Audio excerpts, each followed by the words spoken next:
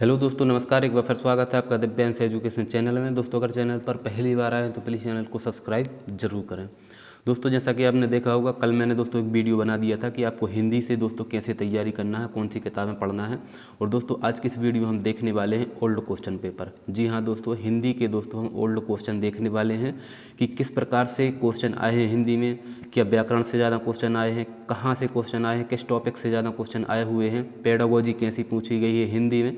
और दोस्तों, हमारी जो क्लासें हैं दोस्तों पेडागोजी की भी स्टार्ट होने वाली है। सभी सब्जेक्ट के लिए दोस्तों आपको पेडागोजी की क्लासें भी उपलब्ध रहेंगी। और दोस्तों, मैं ऐसे टॉपिक आपको पढ़ाऊंगा जहाँ से पेडागोजी में सबसे ज़्यादा क्वेश्चन पूछे हैं। और वो टॉपिक दोस्तों आपको ना तो किताबों में मिलेंगे, ना ही दोस्तों ज़्यादातर यूट्यूब चैनल पर मिलेंगे। तो मैं दोस्तों ऐसे ही सिलेक्टेड आपको टॉपिक पढ़ाने वाला हूँ।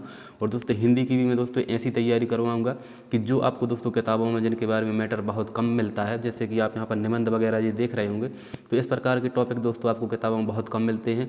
पत्र वगैरह जो रहते हैं उनसे भी आपको टॉपिक बहुत कम किताबों में मिलते हैं। तो दोस्तों, हम आज एनालिसिस करेंगे कि किस प्रकार के क्वेश्चन हिंदी में आ रहे हैं। तो आप वीडियो को पूरा ज़रूर देखें। दोस्तों, जैसा कि आप देख रहे हैं, जो फर्स्ट क्वेश्चन है दोस्तों कि जिस निबंध में किसी घटना, वस्तु अथवा स्थान का वर्णन होता है उसे किस प्रकार का निबंध कहते हैं। तो दोस्तों, यहाँ पर आपको क्वेश्चन ये सिंपल दिख रहा होगा कि घटना, वस्तु अथवा स्थान का वर्णन होता है, तो यानी कि किसी चीज़ का वर्णन यहाँ पर किया जा रहा है। तो वहाँ पर दोस्तों विचारों से संबंधित कोई बात है नहीं है, भाव से भी संबंधित कोई बात नहीं है, साहित्य से भी नहीं है। तो यहाँ पर सीधा सीधा दिख रहा है कि इसका वर्णनात्मक आंसर हो जाएगा। तो आप देख रहे हैं दोस्तों, यहाँ से भावात्मक, विचारात्मक, वर्णनात्मक, साहित्य के, आलोचनात्मक निबंध, इन सभी निबंधों को आपको देखना पड़ेगा कि किस प्रकार के, किस में क्या चीज़ें रहती हैं और कहाँ से क्वेश्चन यहाँ पर पुटअप होता है। और दोस्तों, जो सेकंड क्वेश्चन है दोस्तों, वह आपका छंद से है कि दीठी चकाचौंधी गई देखत सुबन मई, एक ते आछ एक द्वारका के भवन है, पूछे बिनु कोई कहूँ काहूँ सो बात करे, देवता से बैठे सब साधी साधी मौन है। तो दोस्तों, इस प्रकार के यहाँ पर छंद भी पूछे जाते हैं दोस्तों। बहुत डीपली यहाँ पर छंद पूछे जाते हैं कि आपके दोस्तों बिल्कुल छोटी छोटी बातें यहाँ पर छंदों से पूछी जाती हैं। ज़्यादातर क्वेश्चन इसी टाइप का बनता है कि उदाहरण यहाँ पर एक दे दिया जाता है और उससे पूछ दिया जाएगा कि इसमें कौन सा छंद होगा। दोस्तों, यहाँ पर मैं आपको सभी दोस्तों आगे इनका एनालिसिस करवाने वाला हूँ कि किस प्रकार से आपको छंद दोस्तों पहचानना है कि इसमें कौन सा छंद होगा। इसमें दोस्तों बिल्कुल बारीकी से हम पढ़ने वाले हैं कि छंद से दोस्तों आपका एक भी क्वेश्चन गलत नहीं जाएगा। तो दोस्तों, यहाँ पर सिर्फ मैं आपको अभी बता रहा हूँ कि यहाँ से क्वेश्चन पुटअप होते हैं। तो यहाँ दोस्तों आपका जो आंसर वो हो जाएगा घनाक्षरी छंद। अब दोस्तों, जो नेक्स्ट क्वेश्चन है इसमें आप देख रहे हैं कि शिक्षण अधिगम सामग्री की बहुमुखी स्रोत नहीं है। बहुमुखी यानी कि दोस्तों आपका मल्टीमीडिया उपागम, यानी कि जो आपका अधिगम सामग्री में आता है कि किसको आप अधिगम सामग्री के रूप में, मल्टीमीडिया उपागम के रूप में प्रयुक्त नहीं करेंगे। तो यहाँ पर दोस्तों ब्लैक बोर्ड आपका आ जाएगा, प्रोजेक्टर भी आ जाएगा, चार्ट भी आ जाएगा। दोस्तों, बेंच जो आपकी रहती है, बेंच या मेज जो रहती है, उसका कोई काम नहीं रहता अधिगम सामग्री में। तो यहाँ पर बेंच दोस्तों आपकी हो जाएगी। आप देख रहे हैं कि पेडागोजी से भी दोस्तों ज़्यादा कठिन क्वेश्चन नहीं आते हैं, लेकिन दोस्तों जो अदर सब्जेक्ट हैं उनमें और कठिन क्वेश्चन आते हैं और बाल विकास में भी आते हैं दोस्तों। लेकिन हिंदी में थोड़ी सी जो पेडागोजी थोड़ी सी अच्छी आती है। शिक्षक को पुस्तक हमेशा किस हाथ में रखनी चाहिए दोस्तों, बिल्कुल नॉर्मल सी चीज़ें हैं। यहाँ पर बाएं हाथ में आपको पुस्तक लेकर पढ़ाना चाहिए। हिंदी क्षेत्रों में हिंदी शिक्षण व्यवहारिक व विवेचनात्मक हो, तार्किक हो, सहज व सरल हो, वैज्ञानिक व स्वभाव हो। तो दोस्तों, यहाँ पर हिंदी क्षेत्र है, वहाँ पर जो हिंदी शिक्षण है वहाँ पर वैज्ञानिक व स्वाभाविक यहाँ पर दोस्तों होना चाहिए। स्वाभाविक होना चाहिए जो कि आपके स्वभाव में हो, और वैज्ञानिक भी वहाँ पर होना चाहिए।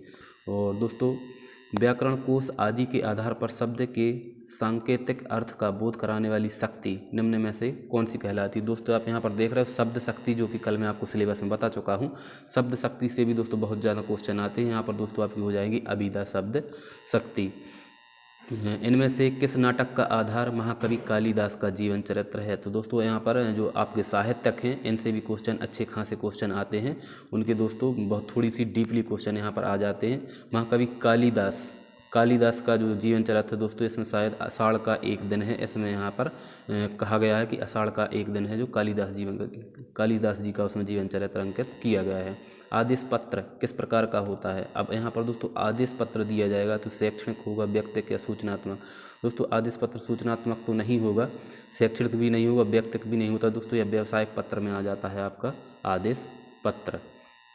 तो दोस्तों, यहाँ पर आपको यही समझाने की दोस्तों मैं कोशिश कर रहा हूँ कि पत्र से आप देखेंगे कि पत्रों से किस प्रकार के क्वेश्चन आते हैं। यहाँ से व्यवसायिक पत्र भी पूछे जा सकते हैं, शैक्षणिक भी, व्यक्तिक भी, सूचनात्मक भी। तो यहाँ से दोस्तों अब एक आइडिया लग जाएगा आपको कि पत्र से किस प्रकार के क्वेश्चन आ रहे हैं।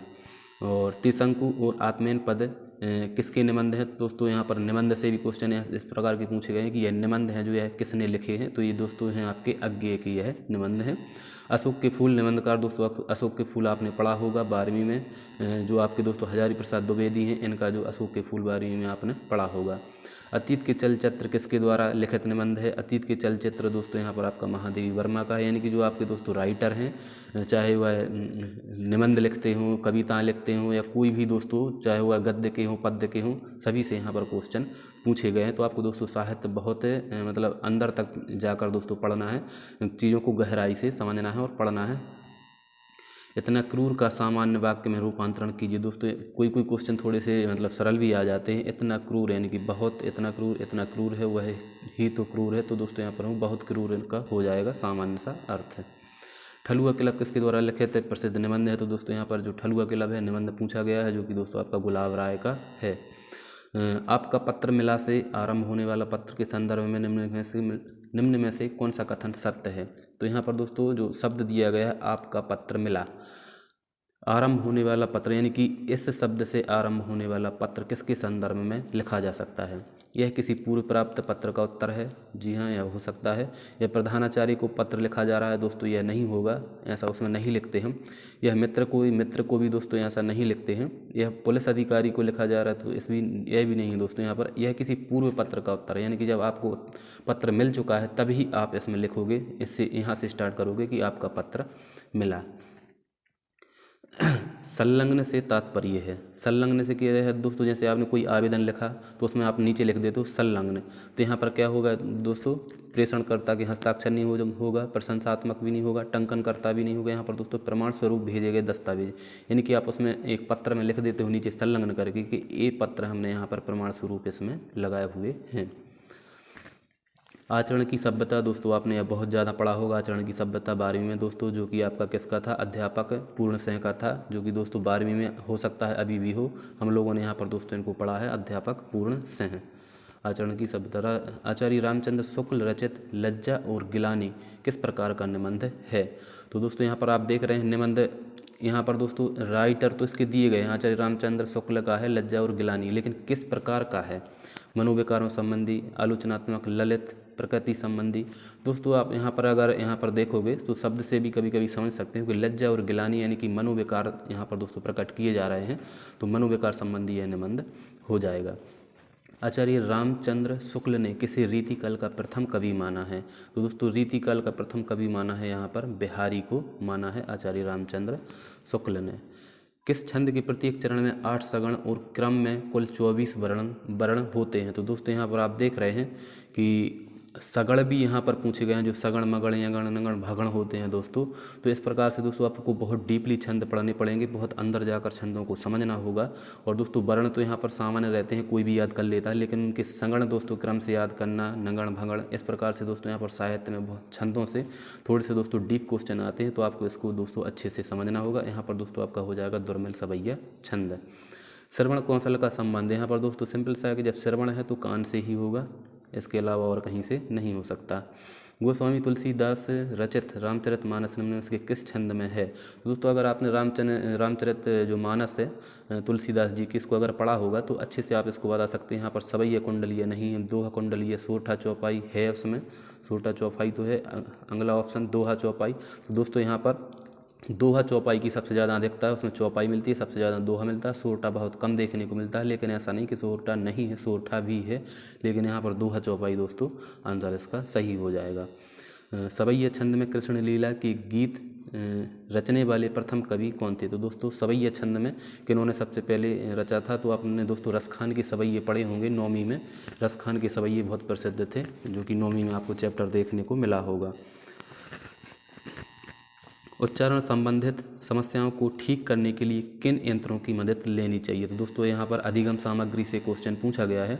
यहाँ पर लिंगवा फोन, उपरोक्त सभी समाचार पत्र, टेप रिकॉर्डर मदद नहीं लेनी चाहिए, यह पूछा गया है दोस्तों। तो यहाँ पर लिंगवा फोन लिया जाता है, टेप रिकॉर्डर भी लिया जाता है। तो दोस्तों उपरोक्त सभी तो हो नहीं सकता, तो यहाँ पर समाचार पत्र इसका सही आंसर हो जाएगा। महाराष्ट्र की राजभाषा इनमें से कौन सी है? तो महाराष्ट्र की दोस्तों मराठी ही होगी, इसके अलावा और कोई हो नहीं सकती है। सुबह से काम करते करते थक गया हूँ, जरा खालिस्तान में वाक्य में कौन सा मुहावरा उपयुक्त होगा? तो दोस्तों यहाँ पर आप इसको सामान्य बोलचाल की भाषा में भी उपयोग करते हैं। सुबह से काम करते करते थक गया हूँ तो जरा कमर सीधी कर लो। तो यहाँ पर दोस्तों यह है सही, इसका आंसर हो जाएगा। पत्र लेखन में संबोधन किसे कहा जाता है? तो दोस्तों पत्र लेखन में यहाँ पर आप देख रहे हैं पत्र लेखन से सबसे ज़्यादा दोस्तों क्वेश्चन आए हुए हैं। इनको आपको बहुत ही डीपली समझना होगा कि किस शब्द का यूज कहाँ किया जाता है, कौन से पत्र में किया जाता है, औपचारिक अनौपचारिक है। दोस्तों सभी प्रकार के पत्र आपको समझने होंगे। तो यहाँ पर दोस्तों संबोधन किसे कहा जाता है पत्र लेखन? प्रेषक का पता, हाशिए प्राप्तकर्ता के पते को, प्राप्तकर्ता के प्रति सम्मान या स्नेह को। दोस्तों यही हो जाएगा, प्राप्तकर्ता के प्रति सम्मान या स्नेह को यहाँ पर दोस्तों संबोधन कहा जाता है। औपचारिक पत्र को, अब यहाँ पर दोस्तों सीधा सीधा पूछा गया कि औपचारिक पत्र को क्या कहोगे आप? कार्यालयीन, पारिवारिक, आपातकालीन, व्यावसायिक। दोस्तों औपचारिक पत्र को कार्यालयीन पत्र आप कहते हैं। जो दोस्तों दो प्रकार के पत्र होते हैं, एक तो होते हैं दोस्तों औपचारिक और दूसरे होते हैं दोस्तों अनौपचारिक। तो अनौपचारिक पत्र में दोस्तों आपके आ जाएंगे कौन से? जैसे किसी मित्र को पत्र लिखा आपने, अपने रिश्तेदारों को पत्र लिखा, पिताजी को पत्र लिखा, या कहीं भी दोस्तों आप जो सामाजिक संबंध बनाने के लिए जो पत्र लिखते हैं वह होते हैं दोस्तों आपके अनौपचारिक। और दोस्तों औपचारिक पत्र में आपके सभी प्रकार के दोस्तों जो सरकारी पत्र हैं, दस्तावेजों में जो लिखे जाते हैं, मतलब जो दफ्तर रहते हैं, कार्यालय रहते हैं, उनको सभी को दोस्तों औपचारिक पत्रों में यहाँ पर रखा जाता है। भाषा शिक्षक में निम्नलिखित में से कौन सा गुण आवश्यक नहीं है? तो यहाँ पर दोस्तों भाषा शिक्षक का गुण आवश्यक नहीं वाला पूछा गया है। ध्वनि और उच्च पद पर आसीन ऐसा कोई जरूरी नहीं होता है। प्रभावशाली व्यक्ति व उत्तम संगठनकर्ता यह होना चाहिए एक शिक्षक में।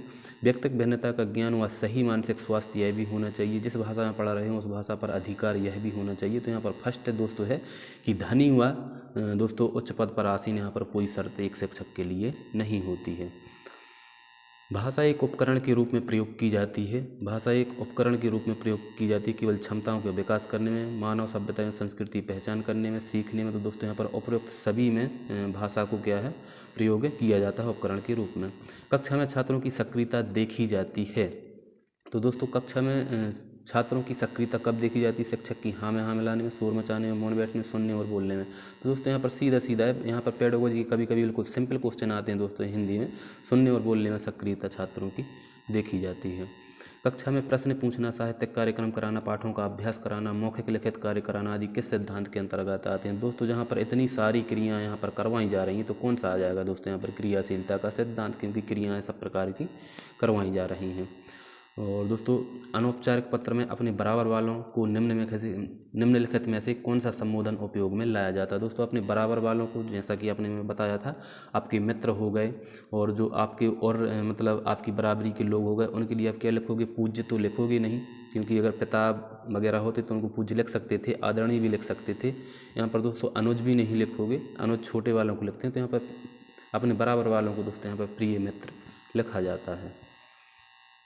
एक डॉक्टर द्वारा दूसरे डॉक्टर को लिखित औपचारिक पत्र में कौन से संबोधन का प्रयोग किया जाता है? दोस्तों एक डॉक्टर जब दूसरे डॉक्टर को औपचारिक पत्र है, दोस्तों यहाँ पर अनौपचारिक की बात नहीं की जा रही है, यहाँ यानी कि कार्यालयीन पत्र हो गया। तो यहाँ पर दोस्तों मिस्टर, मिस, प्रिय, डॉक्टर इन शब्दों का प्रयोग नहीं होता है कार्यालयीन पत्रों में। यहाँ पर शब्द सिर्फ और सिर्फ एक ही शब्द बचता है, महोदया, महोदया। प्रेस विज्ञप्ति कौन किसे भेजता है? तो दोस्तों आपने देखा होगा कि अभी जैसे आप तैयारी कर रहे हो तो यहाँ पर आप इंतज़ार करते रहते हो कि डीपीआई कोई प्रेस विज्ञप्ति जारी करेगा या जनजाति कार्य कोई प्रेस विज्ञप्ति जारी करेगा। तो इसमें कौन सा होता है? एक कार्यालय से दूसरे कार्यालय के लिए, एक कार्यालय से समाचार पत्रों में प्रकाशनार्थ, समाचार पत्र के संपादक द्वारा कार्यालय के अधिकारी। दोस्तों यहाँ पर समाचार पत्र संपादक खुद कभी नहीं करता है, एक अधिकारी द्वारा दूसरे अधिकारी को भी दोस्तों यहाँ पर नहीं भेजी जाती, यह भेजी जाती है एक कार्यालय से समाचार पत्रों में प्रकाशनार्थ के लिए दोस्तों प्रेस विज्ञप्ति जारी की जाती है। निम्नलिखित में से कौन सी कहानी भीष्म साहनी की नहीं है? तो दोस्तों आप एक यहाँ पर आपको आइडिया लग जाना चाहिए कि किस प्रकार के क्वेश्चन आ रहे हैं। यहाँ पर दोस्तों भीष्म साहनी यानी कि जो भी आपके गद्य पद्य के लेखक हैं दोस्तों, वहाँ से भी यहाँ पर कहानियाँ जो पूछी जानी। तो दोस्तों ईदगाह इनकी कहानी नहीं है, बाकी इनकी सभी कहानियाँ हैं। निम्न में से कौन सा नाटक जयशंकर प्रसाद द्वारा लिखित नहीं है? तो दोस्तों जयशंकर प्रसाद के बहुत फेमस दोस्तों नाटक हैं कई। यहाँ पर दोस्तों चंद्रगुप्त मौर्य, ध्रुवस्वामिनी, स्कंदगुप्त, पहला राजा। तो इनमें से कौन सा नहीं है दोस्तों? यहाँ पर पहला राजा इनका जो है नहीं है। बाकी की ध्रुवस्वामिनी, चंद्रगुप्त और दोस्तों स्कंदगुप्त, यह सभी इनके नाटक हैं। निम्नलिखित में से कौन सा नाटक मोहन राकेश द्वारा लिखित नहीं है? तो दोस्तों मोहन राकेश का पूछा गया है लहरों का राजहंस, कोणार्क, आधे अधूरे, आषाढ़ का एक दिन। तो दोस्तों यहाँ पर जो कोणार्क है, कोणार्क इनके द्वारा लिखित नहीं है, बाकी आषाढ़ का एक दिन, लहरों के राजहंस, आधे अधूरे, ये सभी मोहन राकेश द्वारा लिखित नाटक हैं। निम्नलिखित में से वाचन कौशल की विधि नहीं है? तो दोस्तों वाचन कौशल यानी कि आपको बच्चों को वाचन कौशल करवाना है, तो इसमें किस विधि के द्वारा आप वाचन कौशल नहीं करवा सकते? तो वर्णमाला के द्वारा करवा सकते हो, ध्वन्यात्मक के द्वारा करवा सकते हो, अक्षरबोध के द्वारा करवा सकते हो, लेकिन विदेहात्मक प्रकार की दोस्तों कोई विधि नहीं होती है वाचन कौशल की। तो यहाँ पर आपका सही आंसर है जो 4th वाला हो जाएगा। निम्नलिखित में से कौन सी बोली पश्चिमी हिंदी भाषी क्षेत्र की नहीं? तो दोस्तों यहाँ पर आप देख रहे हैं कि बोलियों से भी क्वेश्चन पूछा गया है कि कौन सी बोली है पश्चिमी हिंदी क्षेत्र की नहीं है। तो यहाँ पर दोस्तों आपकी जो पश्चिमी हिंदी क्षेत्र में दोस्तों हरियाणवी हो जाएगी, बुंदेली हो जाएगी, ब्रजभाषा दोस्तों यहाँ पर हो सकती है, लेकिन जो अवधी है, अवधी दोस्तों आपकी पूर्वी क्षेत्र की है, अवधी यहाँ पर नहीं आएगी। निम्नलिखित में से किस रचनाकार को छायावाद के आधार स्तंभों में नहीं गिना जाता? दोस्तों छायावाद के आधार स्तंभ आपने पढ़े होंगे जो कि 4 रहते हैं दोस्तों। यहाँ पर सूर्यकांत त्रिपाठी निराला तो दोस्तों वहाँ पर सबसे मतलब फेमस हैं, जयशंकर प्रसाद भी हैं, महादेवी वर्मा भी हैं, और दोस्तों सुमित्रानंदन पंत भी दोस्तों उसमें रहते हैं, लेकिन यहाँ पर हरिवंश राय बच्चन है दोस्तों, यह आपके छायावाद में नहीं आते हैं। निम्नलिखित में से किस नाटक के मुख्य पात्र पिता पुत्र हैं? तो दोस्तों थोड़ा सा क्वेश्चन यहाँ डीपली पूछा गया है कि उसमें दोस्तों पात्र को पूछा गया है कि पात्र है जो पिता पुत्र, उसमें जो मुख्य पात्र रहते हैं दोस्तों एक कोणार्क है, कोणार्क में यहाँ पर जो मुख्य पात्र हैं पिता और पुत्र रहते हैं। निम्नलिखित में से किसी रीति मुक्त काव्य धारा का कवि नहीं माना जाता है? तो दोस्तों आप देख रहे हैं कि रीति मुक्त, आपकी रीति सिद्ध, रीति मुक्त आदि जो काव्य धाराएँ रहती हैं इनसे भी क्वेश्चन यहाँ पर पूछा गया है। तो रीति मुक्त में कौन आएंगे? आपके बिहारी, बोधा, घनानंद, आलम। दोस्तों घनानंद, आलम, बोधा यह सब आते हैं, जबकि जो बिहारी हैं आपके दोस्तों ये तो रीति सिद्ध थे, तो यहाँ पर रीति मुक्त में या कहाँ से आ जाएंगे? तो इसका सही आंसर हो जाएगा बिहारी। कहानी सुनाना भाषा की अभिव्यक्ति का कौन सा स्वरूप है? तो दोस्तों कहानी सुनाना, अगर एक बच्चा कहानी सुनाता है तो उसमें क्या केवल मौखिक, केवल लिखित, लिखित और मौखिक दोनों। तो दोस्तों कहानी सुनाना इसमें लिखित की बात कहाँ से आ गई? तो केवल यहाँ पर मौखिक हो जाएगा। और दोस्तों नेक्स्ट क्वेश्चन है निम्न में से किसने क्रियाशीलता के सिद्धांत पर बल दिया है? तो दोस्तों क्रियाशीलता के सिद्धांत पर आपको दोस्तों अब यहाँ पर ध्यान रखना होगा कि यहाँ से दोस्तों आपका जो बाल विकास का क्वेश्चन है आपका इस समय दोस्तों पुट ऑफ हो गया है पेडागोजी में। तो दोस्तों आपको ऐसा नहीं है कि बाल विकास को नहीं पढ़ना है, बाल विकास दोस्तों आपको पढ़ना है, क्योंकि बाल विकास से सीधे सीधे क्वेश्चन पेडागोजी में बनाए जाते हैं। यह तो दोस्तों आपको 2018 का क्वेश्चन था, लेकिन जो 2021-22 में दोस्तों वर्ग 3 के क्वेश्चन हुए, वहाँ पर हिंदी में भी सीधे सीधे क्वेश्चन बाल विकास के आए हुए हैं। तो पैटर्न चेंज हो रहा है। आप लोगों को दोस्तों बाल विकास पढ़ना नहीं छोड़ना, क्योंकि बाल विकास से ही पेडागोजी के क्वेश्चन सही दोस्तों बनते हैं। और यहाँ पर दोस्तों आपकी 30 नंबर की जो पेडागोजी आने वाली है, तो इसमें दोस्तों बाल विकास से ही क्वेश्चन पूछे जाएंगे। तो दोस्तों जो डीवी ने भी दिया है, फ्रोबेल ने भी दिया है, मॉन्टेसरी ने भी दोस्तों यहाँ पर दिया है। तो यहाँ पर दोस्तों हो जाएगा उपरोक्त सभी। बालकों की अधिगम संबंधी कठिनाइयों का पता लगाकर उसको दूर करने का प्रयास क्या कहलाता है? दोस्तों सबसे पहले किसी भी चीज़ के दोस्तों कठिनाइयों का पता लगाना और फिर उसका उपचार करना, तो क्या हो जाएगा दोस्तों? उपचारात्मक यहाँ पर आपका मूल्यांकन हो जाएगा। दोस्तों मैं आप सभी को दोस्तों बता दूं कि मूल्यांकन से बहुत ज़्यादा क्वेश्चन पूछे जाते हैं, चाहे आपका दोस्तों मानक संदर्भित हो, मानदंड संदर्भित हो, उपचारात्मक हो, निदानात्मक हो, सतत मूल्यांकन हो, व्यापक मूल्यांकन हो। दोस्तों बहुत ज़्यादा क्वेश्चन आपके मूल्यांकन से आते हैं, तो मूल्यांकन को दोस्तों आपको बहुत अच्छे से पढ़ना है। अगर दोस्तों आप शिक्षक भर्ती की तैयारी कर रहे हैं, अगर आपका मूल्यांकन टॉपिक सही है, तो कम से कम 10 क्वेश्चन दोस्तों आपको मूल्यांकन से देखने को मिल जाते हैं। बालकों के भाषा सीखने में एक उपयुक्त परिवेश नहीं है, तो भाषा सीखने के लिए उपयुक्त परिवेश कौन सा? विद्यालय बिल्कुल हो सकता है, समाज हो सकता है, परिवार भी हो सकता है। तो यहाँ पर दोस्तों भाषा सीखने के लिए समाज, परिवार, विद्यालय तो हो सकता है, लेकिन पर्यावरण में अकेले रहकर व्यक्ति भाषा नहीं सीख सकता है, तो पर्यावरण यहाँ पर आपका गलत आंसर हो जाएगा। एक पंथ दो काज लोकोक्ति का अर्थ बिल्कुल ही सीधा सीधा है दोस्तों कि एक कार्य से 2 लाभ होना, इसका आंसर सही हो जाएगा। शिवा को बखोनी की बखानो छत्रसाल को, तो दोस्तों यहाँ पर जब छत्रसाल की बात की जाए और आपको यहाँ पर भूषण दिख जाएं, तो उनके अलावा और कोई आंसर हो ही नहीं सकता। यहाँ पर भूषण आपके सही हो जाएंगे। नियमित रूप से किसी भाषा को सुनकर बच्चे क्या ग्रहण करते हैं? जब किसी भाषा को नियमित रूप से बच्चे सुनेंगे तो क्या करेंगे? शब्द, ध्वनि, अर्थ, भाषा की बुनियादी संरचना। तो दोस्तों यहाँ पर सिर्फ और सिर्फ शब्द, ध्वनि, अर्थ नहीं होगा, यहाँ पर दोस्तों भाषा की बुनियादी संरचना आपका सही आंसर हो जाएगा। महादेवी वर्मा के काव्य पर किस दर्शन या विचारधारा का प्रभाव माना जाता है? तो यहाँ पर दोस्तों महादेवी वर्मा जो थी उनके काव्य दर्शन पर किसका सबसे ज़्यादा प्रभाव माना जाता है? शैव दर्शन के आनंदवाद का, गांधीवाद, यहाँ पर गांधीवाद से कोई दोस्तों लेना देना इनका नहीं था, बौद्ध दर्शन के दुखवाद का, सांख्य दर्शन दोस्तों सांख्य दर्शन से भी इनका लेना देना नहीं था, इनका दोस्तों बौद्ध दर्शन से था, और बौद्ध दर्शन की दुखवाद का दोस्तों, क्योंकि इन्हें सबसे ज़्यादा आपने देखा होगा कि जो दुखवाद में जैसे इनका गाना था एक नीर भरी दुख की बदली दोस्तों, इस प्रकार के इन्होंने जो बनाए हैं, यानी कि दुखवाद के ज़्यादातर इन्होंने बनाए हुए हैं। तो इनका दोस्तों बौद्ध दर्शन के दुखवाद का यहाँ पर आंसर सही हो जाएगा। शब्द चमत्कार से युक्त और रहित दोनों ही रूपों में, शब्द चमत्कार से युक्त और रहित दोनों ही रूपों में अनिवार्य तत्व है अर्थ, कल्पना, बुद्धि और भाव। तो दोस्तों यहाँ पर अनिवार्य तत्व आपका क्या हो जाएगा? अर्थ हो जाएगा कि अर्थ होना ही चाहिए शब्द में। दोस्तों एक आइडिया आपको लगाना चाहिए कि क्वेश्चन दोस्तों किस प्रकार से यहाँ पर आ रहे हैं। छंदबद्ध रचना ही दोस्तों यहाँ पर पद्य कहलाती है, सीधा सीधा क्वेश्चन है। किसी साहित्यकार, साहित्यिक विधा या साहित्यिक प्रवृत्ति पर लिखा गया निबंध। तो यहाँ पर दोस्तों आपको बताना है साहित्यकार, साहित्यिक विधा या साहित्यिक प्रवृत्ति पर। तो यहाँ पर विचारात्मक नहीं होगा, वर्णनात्मक नहीं होगा, भावात्मक नहीं होगा, यहाँ पर साहित्य के आलोचनात्मक आपका निबंध हो जाएगा। ई चपला चमके नहीं चमके रुपू करवाल, ए मतवारे गजन करिए नहीं जलद रसाल। इसमें कौन सा अलंकार है दोस्तों? यह बहुत ही डीपली अलंकार दोस्तों यहाँ पर पूछा गया है। इसमें दोस्तों शुद्धा पहुनति अलंकार इसमें पूछा गया है, जो कि आपने दोस्तों कहीं नहीं पढ़ा होगा। और दोस्तों यहाँ से आपको अब देखने को मिल रहे हैं कि एक दोस्तों यहाँ पर गद्यांश दे दिया जाता है, एक गद्यांश या पद्यांश दे दिया जाता है दोस्तों, ज़्यादातर यहाँ पर गद्यांश ही आता है। तो इससे दोस्तों आपके 5 क्वेश्चन पूछे जाते हैं। तो जो अब दोस्तों आपको 10 अंक का यह देखने को मिल सकता है, क्योंकि आपका अब सब्जेक्ट 120 का हो गया है। तो 120 में आपकी 30 की तो दोस्तों पेडागोजी हो गए, बचे आपके 90 नंबर।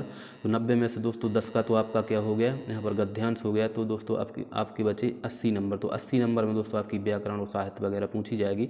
बाकी 30 नंबर और 10 नंबर में आपके पेडागोजी और यहाँ पर आपकी गद्यांश दोस्तों आ जाएगी।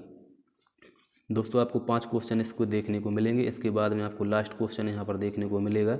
लता भवन ते प्रगट भे ते ही अवसर दो भाई, निकसे जुनु जुग बिमल विधु जलज पटल बिल गाए। दोस्तों अगर आपने रामायण पढ़ी होगी तो इसको दोस्तों आप बिल्कुल पहचान कर पढ़कर ही दोस्तों पहचान लोगे कि एक दोस्तों एक लय होता है दोहा पढ़ने का। तो यहाँ पर दोस्तों दोहा छंद आ जाएगा, क्योंकि यहाँ पर लिखा है लता भगत ते प्रगट भे ते ही अवसर दो भाऊ, निकसे जनु जुग बिमल विधु जलज पटल बेल गाए। यानी कि दोस्तों यहाँ पर दोहा अलंकार है। यहाँ पर अगर सोटा होता तो यह उल्टा रहता है। तो यहाँ पर दोहा छंद जो आपका हो जाएगा। तो दोस्तों इस प्रकार से 1-2 क्वेश्चन पेपर अपन और देखेंगे। इसके बाद हम क्लास स्टार्ट करने वाले हैं। जल्दी दोस्तों आपको क्लासें मिल जाएंगी साहित्य की, जिसमें आप दोस्तों मैं आपको पत्र पत्रिकाएँ और दोस्तों जो नए नए टॉपिक हैं, निबंध वगैरह हैं, इन सभी चीज़ों को आपको मैं पढ़ाने वाला हूँ। छंद, अलंकार, रस, शब्द शक्ति, अभिधा शब्द शक्ति, इस प्रकार के सभी टॉपिक जो आपको समझ में नहीं आते हैं उनको मैं आपको समझाने वाला हूँ। तो दोस्तों आप मेरे चैनल पर पहली बार आए हैं तो प्लीज़ मेरे चैनल को सब्सक्राइब जरूर करें। धन्यवाद।